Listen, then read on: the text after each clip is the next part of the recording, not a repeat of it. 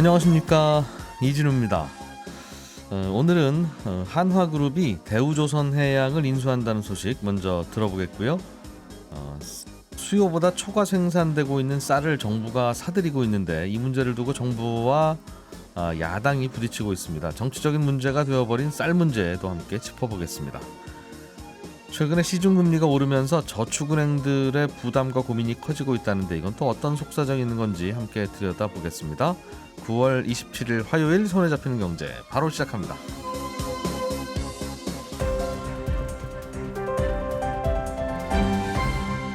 이진우의 손에 잡히는 경제. 경제 뉴스를 음미하고 곱씹어보고 정리하는 시간, 매우 즐거운 시간. 김현우 소장님, 박세훈 작가님, 그리고 한국경제신문의 나수지 기자님, 이렇게 세 분과 함께합니다. 어서 오세요. 네, 안녕하세요. 나수지 기자님이 준비해 오신 대우조선해양 이야기 좀 먼저 들어보죠. 이 대우조선해양은 사실상 나라에서 운영하는 조선회사였는데, 네. 그래서 산업은행이 가지고 있었는데 한화그룹에 팔리게 됐습니까? 네, 이 하나그룹이 대우조선해양을 2조 원에 인수하기로 했는데요. 이 하나그룹 계열사들이 돈을 모아서 대우조선해양에 2조 원을 투자하고 지분을 절반 정도 확보를 합니다. 그래서 원래 최대 주주였던 산업은행이 2대 주주로 내려가게 되는데요. 물론 아직 하나로 최종 도장을 찍은 건 아닙니다. 그러니까 쌍용차 주인을 찾을 때처럼 이 스토킹호스 방식이라는 걸로 진행을 하는데요. 그러니까 한 기업과 일단 잠정 계약을 먼저 맺어두고 혹시 더 나은 조건을 제시하는 기업이 있으면 그곳과 새로 인수 계약을 맺는 방식인데 그래도 결국에는 하나그룹이 가져갈 거다 이런 시각이 우세하긴 합니다. 왜냐하면 하나 말고는 다른 적당한 인수 후보자가 없거든요. 그러니까 어제 기자간담회를 보면 이 강석훈 산업은행 회장이 우리가 제조업 관련 대기업들한테는 다 가능한 모든 기업에 다 연락을 돌렸는데 이 중에서도 하나그룹 정도만 인수 의지가 있었다 이렇게 얘기했을 정도입니다. 대우조선을 방문 판매를 시도했군요. 하나하나 다 전화해서. 왜 대우조선해양이라는 조선회사를 사가려는 회사가 한화밖에 없었답니까? 네, 이게 매각 스토리를 처음부터 거슬러 올라가면 이 산업은행이 대우조선해양을 가지게 된 게 이 대우조선해양이 워크아웃을 졸업한 2001년부터입니다. 어려워져서. 그래서 산업은행에서 계속 자금도 지원하면서 이 대우조선해양을 경영할 주인을 계속 찾아주려고 노력은 했는데 2008년에 한번 하나에다가 팔려고 한 적이 있었습니다. 근데 그때 2008년 금융위기가 터지면서 하나 쪽에서는 가격이 조금 비싼 것 같다. 그리고 돈도 조금 부족할 것 같다. 금융위기 때문에. 그러면서 무산된 적이 있었고 이후에 2019년에 이 다른 조선사인 현대중공업그룹에 대우조선해양을 팔려고 했는데 같은 조선회사인? 네. 근데 그 유럽 EU 경쟁 당국이 이렇게 되면 새로 탄생하는 기업이 세계 시장에서 조선업을 좀 독과점할 우려가 있을 것 같다라고 하면서 이거에 반대하면서 한 번 더 매각이 무산된 적이 있었습니다. 원래 조선 회사들끼리는 제발 현대중공업과 대우조선해양이 한 회사가 됐으면 좋겠다. 그래야 어디 입찰하러 가면 같은 회사니까 경쟁을 안 하지. 항상 어디 입찰하러 가면 우리나라 조선사들 셋이 만나서 항상 싸운다.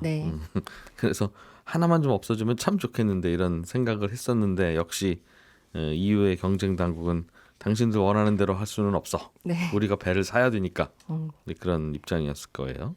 그러다 보니까 일단 그러면 조선사 다른 삼성중공업이나 뭐 다시 현대중공업에 팔 수는 없으니 그러니까 조선사에 팔면 그 2019년과 마찬가지로 다른 나라 경쟁 당국에서 반대할 것 같고 그렇다고 해외 기업에 팔자니 이 조선업 경쟁력이 해외 기업으로 유출되는 것은 또 산업은행 입장에서는 좋지 않은 것 같고 그러다 보니 사갈 만한 곳이 하나 정도밖에 없는 것 같다. 한화는 왜 사간다는 겁니까? 이 하나그룹도 원래 대우조선해양에 관심은 있었습니다. 왜냐하면 하나그룹이 기존에 방산 사업을 하고 있는데 이 방산 사업에서 중요한 축이 잠수함 만드는 거, 구축함 만드는 기술이잖아요. 그래서 대우조선해양 전체가 아니라 이 잠수함이나 전투선박 만드는 특수선 부문은 좀 사고 싶다라는 생각은 계속 가지고 있었는데 이 산업은행에서는 쪼개서는 안 판다. 사가려면 회사를 통째로 사가라라고 해서 이번에 이렇게 통째로 사게 된 거고요. 또 대우조선해양 가격이 많이 싸졌습니다. 그 2008년에 하나가 대우조선해양을 사가려고 했을 때 그때 가격이 한 6조 원 정도였거든요. 근데 이후에 대우조선해양 사업이 계속 잘 안 되고 빚도 늘어나면서 이 몸값이 2조 원까지 떨어진 것도 좀 하나가 이번에는 사가려는 생각을 한 것 같고요. 2008년에 6조 원이었는데 네. 그때는 살까 말까 고민했던 가격이었는데. 그렇습니다. 근데 지금은 2조 원에 팔렸다고요? 네, 그렇습니다. 야. 그리고 이건 또 다른 시장에서 그냥 도는 이야기인데요. 네. 이 하나그룹이 관심 있는 또 다른 기업 매물이 있다는 겁니다. 이 한국항공우주. 카이. 예. 예. 근데 여기도 정부가 사실상 가지고 있거든요. 수출입은행이 가지고 있습니다. 여기는 전투기 만드는 회사죠? 네, 그렇습니다. 비행기, 다른 비행기도 만들고. 네, 그렇습니다. 그래서 하나그룹에서 이 방산 사업의 일환으로 사고 싶은데 여기도 수출입은행이 가지고 있으니까 예. 나중에 시장에 나왔을 때 우리가 대우조선해양을 통째로 사가주면 한국항공우주 인수전 때 조금 유리하게 봐주지 않을까라는 해석도 있습니다. 그렇군요. 2008년에는 인수 안 하길 잘했네요. 돌이켜 생각해 보니까 6조 원에 사서 물가 상승률이라는 것도 있는데 몸값이 3분의 1로 줄었네요. 걱정되는 부분은 혹시 없습니까? 한화그룹이 인수해 가면?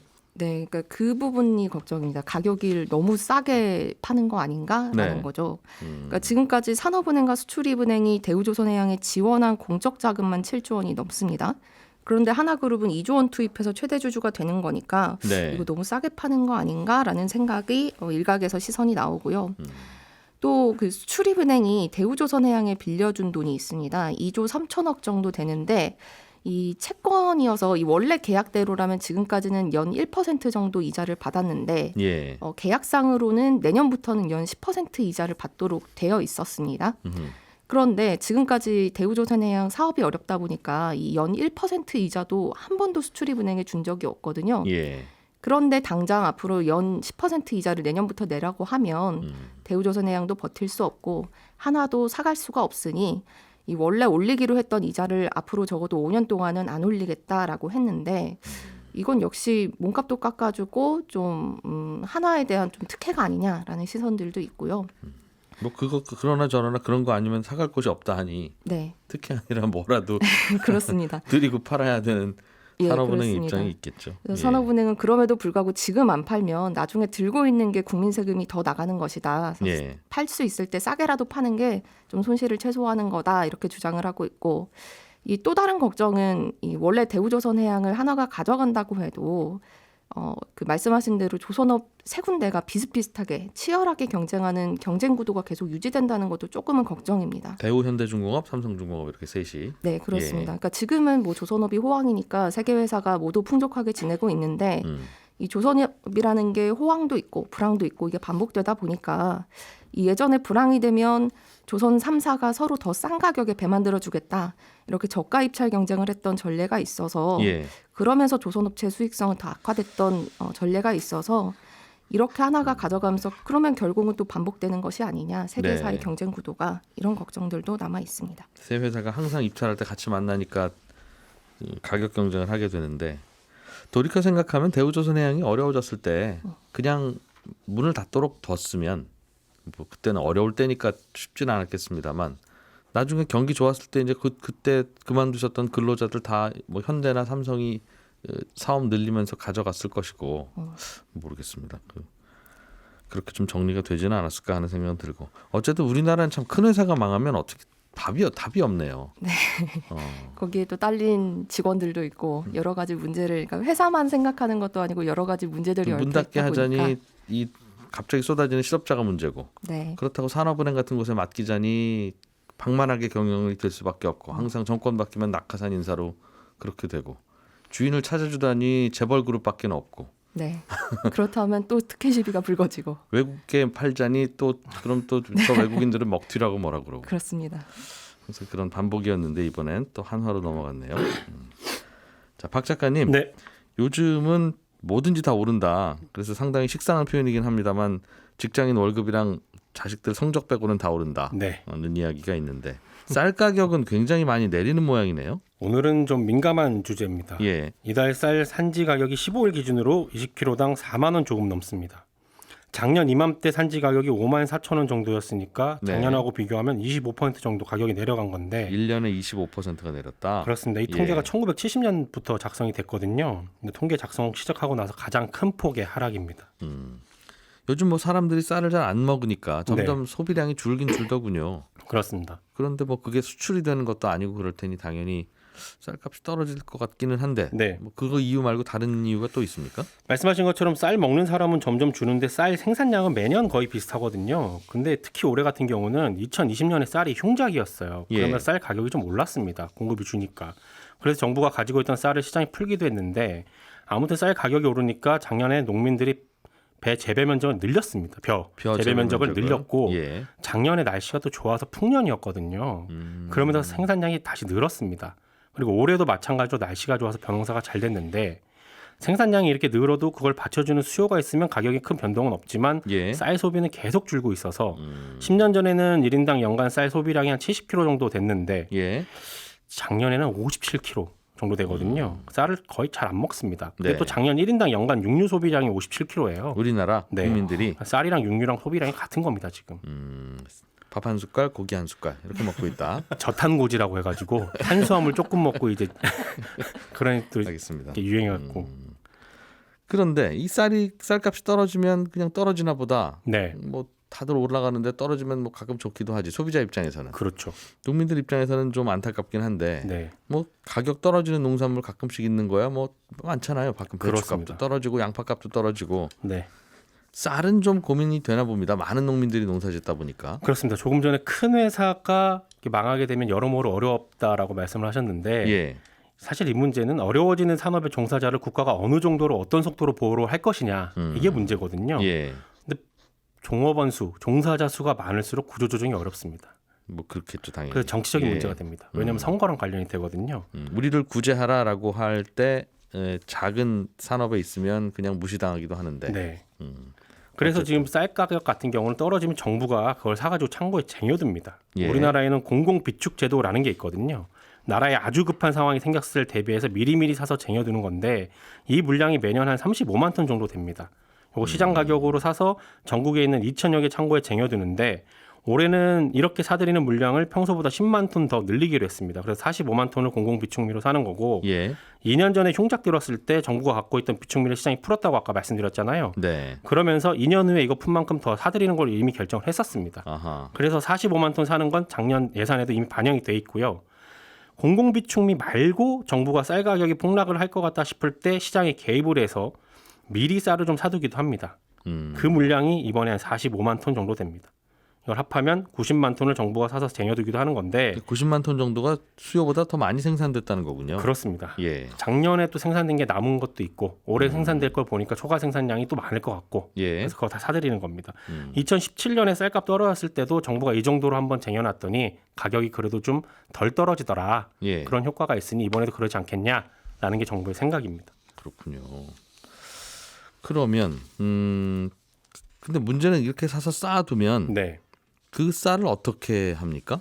매일- 가끔씩 이렇게 한 해 걸려 한 번씩 흉년이 들어주면 좋은데 네. 아유 작년에 쌓아뒀던 거 다행이네 하고 올해 풀면 깔끔한데 그렇죠. 계속 남을 거 아니겠어요? 남습니다. 그래서 매입을 하고 1년이 지나면요. 나라미라고 해서 복지시설에 보내기도 하고요. 군부대에 보내기도 하고 교도소에 보내기도 합니다. 물론 공짜로 주는 건 아니고 좀 싸게 줍니다. 그리고 2년, 3년 차 되는 쌀은 우리나라는 밥 지을 때 햅쌀을 선호하기 때문에 2, 3년 된 거는 밥쌀용으로는 잘 안 가고요. 네. 쌀 가공업체 있죠. 뭐 예를 들면 막걸리 회사. 네. 이런 회사들한테 좀 싸게 팔거나 그것도 안 되면 해외에 좀 싸게 수출을 합니다. 그런 식으로. 네. 그러니까 좋은 쌀을 괜히 묵혀두고 있다가 헐값에 파는 거네요. 그렇게 볼 수도 있죠. 시장에서 일단은 좋은 쌀은 정부가 좀 사들여 놔야 쌀값이 안정이 되니까. 네. 그래서 일각에서는 그런 얘기도 합니다. 일시적으로 신고의 가격이 추수 때 나오는 가격이 떨어질 수는 있는데 장기간으로 보면 어차피 똑같은 거 아니냐 이런 식으로 보고를 해주니까 오히려 쌀농사가 구조조정이 제대로 안 되는 거 아니냐 이런 비판을 하기도 합니다. 그러니까 복지시설에 보내는 건 이해는 되는데 네. 복지시설에 안 보냈으면 복지시설에서는 그 해 햅쌀을 사 먹었을 거 아니겠어요. 네. 그렇다고 쌀을 안 먹지는 않지 그렇죠. 않겠습니까? 네. 그러면 결국은 마찬가지 아닌가. 네. 길게 보면 그렇습니다. 알겠습니다. 그 과정에서 정부 돈이 꽤 들어가겠군요. 그렇습니다. 공공비축미 한 45만 톤은 작년에 올해 예산 짤 때 이미 반영이 되어 있었는데 예. 공공비축미 외에 추가로 더 쟁여두기로 한 45만 톤 있죠. 이번에 예. 새로 사기로 한다는 거. 예. 이거는 작년에 예산안 만들 때 없던 일이라서 추가로 돈이 필요한데 이런 경우는 일단 농협에서 농협돈으로 쌀을 삽니다. 예. 그리고 나서 정부가 내년 농림부 예산을 짤 때 농협한테 빌린 돈 그리고 이자를 반영하는 방식으로 처리를 합니다. 대략 1조 원 조금 더 주는 걸로 계산을 하고 있습니다. 그렇군요. 정부가 이렇게 시장에 개입해서 가격을 뭐 띄워 올리고 하는 것에 대해서는 세계 무역기구나 이런 곳에서는 별 시비는 안 걸어요. 가끔씩 정부가 어디 산업에 지원금 주면 네. 왜 저 산업 도와주냐. 그렇죠. 그런 시비를 가끔 걸긴 하던데. 일단 공공비축미 같은 경우는 식량 안보 차원이라는 명분이 일단 있고요. 네. 두 번째로 시장 가격으로 매입을 하는 거라서 크게 뭐라고 하진 않습니다. 그리고 유엔이 정한 권고 비축량이라는 게 있거든요. 예. 이 정도는 비상용으로 늘 갖고 있으세요라는 건데 그게 한 해 생산량의 17에서 18% 정도입니다. 대략 2달치 쌀인데 그게 우리나라는 한 56만 톤 정도 되거든요. 근데 우리는 이제 45만 톤을 비축미로 갖고 있는 거니까 문제는 안 되고 다만 공공 비축미 말고 추가로 시장에서 더 사서 쟁여두는 건 문제가 될 수도 있는데 예. 왜냐하면 WTO가 정부가 시장에 개입해서 쌀 사는 건 자유로운 경쟁을 저해하는 겁니다라고 시비 걸 수도 있거든요. 근데 이것도 약간의 예외가 있어서 1조 4,900억 원까지는 쌀을 살 수 있게끔 돼 있습니다. 예외 조항으로. 예. 근데 이번에 쟁여두는 추가 물량이 대략 1조 원이니까 별 문제는 없다라는 게 정부의 답변입니다. 그렇군요. 최근에는 민주당에서 네. 쌀 관련해서 법안을 하나 발의했어요. 그렇습니다. 이게 대강 골자를 보니까 시장에서 남는 쌀은 무조건 정부가 사라. 네. 그래서 항상 쌀값을 유지시켜라. 그렇습니다. 이런 법안인데 뭐 좋긴 한데 이제 돈이 많이 들겠죠? 그렇죠. 말씀하신 것처럼 지금도 제가 앞에서 말씀드렸듯이 정부가 매년 수요보다 생산이 더 된 거는 살 수 있거든요. 예. 살 수도 있는 겁니다. 사도 된다. 그게 네. 법이라면서요? 그렇습니다. 예. 근데 민주당이 낸 법안은 사야 한다로 돼 있습니다. 그러니까 의무적으로 사게 되니까 농민들 입장에서는 마음 놓고 농사를 지을 수가 있는 거고요. 반대로 예. 생각할 때 정부 입장에서는 매년 초과 생산된 거를 의무적으로 사게 되면 거기에 들어가는 비용이 발생을 하게 되니까 거기에 대해서 반대를 하고 있고 정부랑 야당이 지금 부딪히고 있는 그런 상황인 거죠. 비용도 비용이지만 쌀값을 정부가 항상 의무적으로 안정시켜 준다고 하면 네, 거의 모든 농민들이 쌀농사 짓지 않겠습니까? 그렇습니다. 그럼 지금도 남는데 네, 그럼 더 남게 되고 그럼 그렇죠. 지금은 뭐 한 몇 조 원 사드리면 되지만 더 많이 사드려야 될 거고 그렇죠. 그럼 누구 쌀은 사주고 누구 쌀은 안 사줄 거냐? 여러 가지 문제가 발생합니다. 근본적으로는 농촌에서 벼농사 말고 네. 벼가 좀 많이 남는다 하니 네, 남으면 가격 떨어질 거고 당연히 그러면 다른 농작물 심으면 되는 거 아닌가? 그렇습니다. 왜 쌀만 계속 남지? 하는 생각도 들 수 있는데. 다른 걸 안 하면 안 될 이유는 없습니다. 예. 다만 두 가지 이유가 있는데 첫째, 쌀 농사는 비교적 쉽습니다. 농민들 대다수가 쌀 농사를 하니까 기계화도 잘 되어 있고 시스템화도 잘 되어 있습니다. 예. 그러니까 나이 든 분들도 다른 작물에 비해 상대적으로 농사짓기가 쉽거든요. 쉬워서. 예. 두 번째, 조금 전까지 얘기했던 것처럼 쌀 농사를 하면 정부가 어느 정도 수익을 보존을 해주니까 농사 지었을 때 기대 수익이 다른 작물보다 높습니다. 반면에 콩이나 이모작으로 겨울에 밀농사를 하면 할 수도 있는데 이걸 하려면 기계도 새로 사야 되고 자동화도 잘 안 되어 있고 농사 지었을 때 기대 수익이 벼농사보다는 훨씬 낮거든요. 왜냐하면 이건 정부가 벼농사만큼 보존을 안 해주니까. 예. 기대 수익이 낮은데 굳이 리스크를 지고 다른 농사를 지어야 할 이유가 없습니다.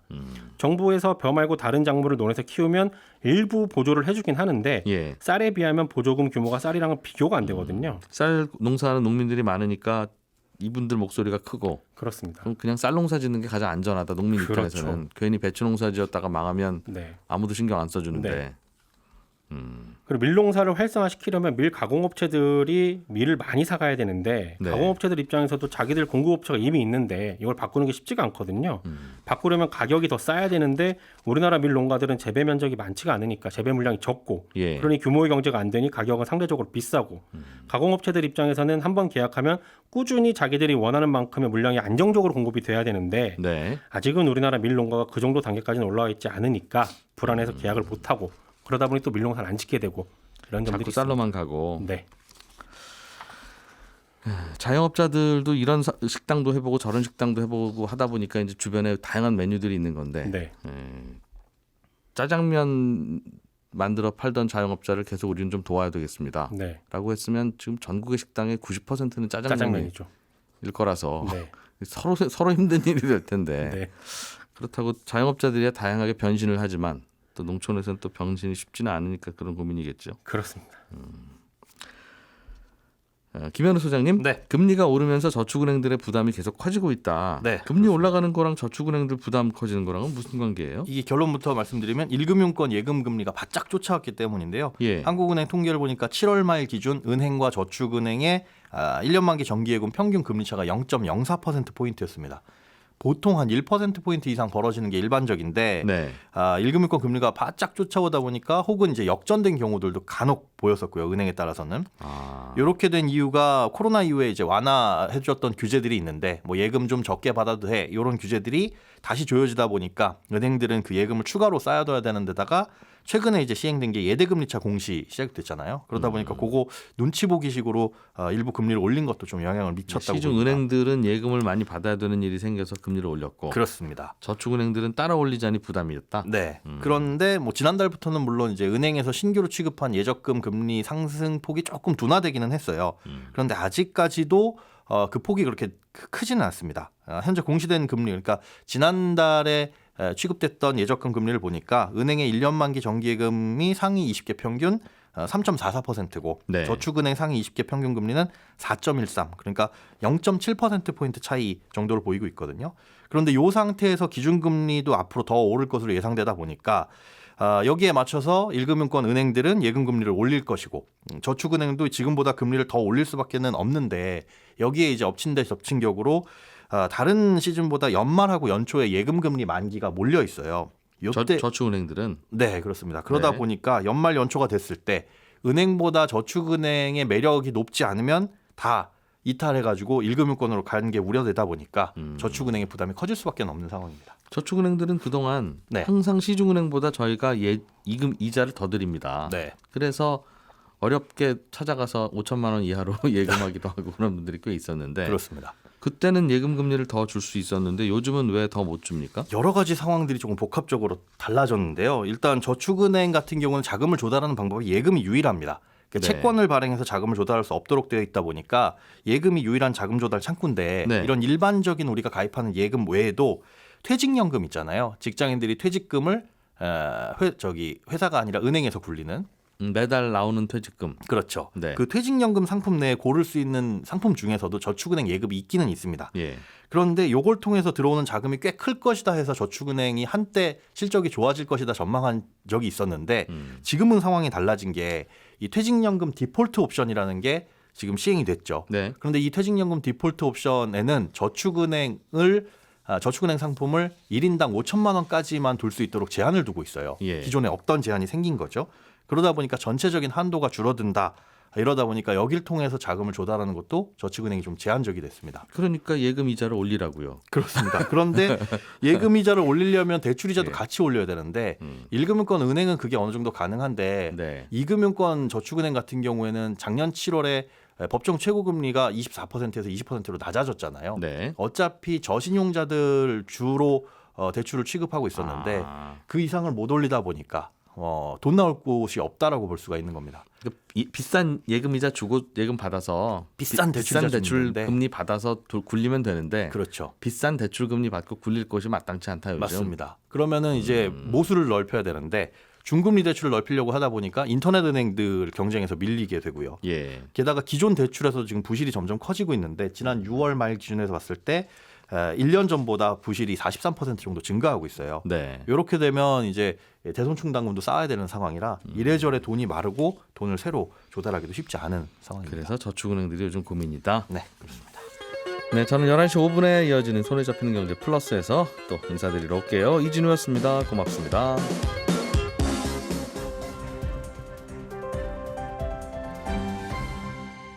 경제를 생각하는 사람들의 즐거운 습관. 이진우의 손에 잡히는 경제.